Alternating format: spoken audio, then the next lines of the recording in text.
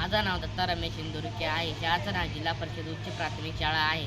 आज मी तुम्हाला वर्तुळाविषयी माहिती सांगणार आहे.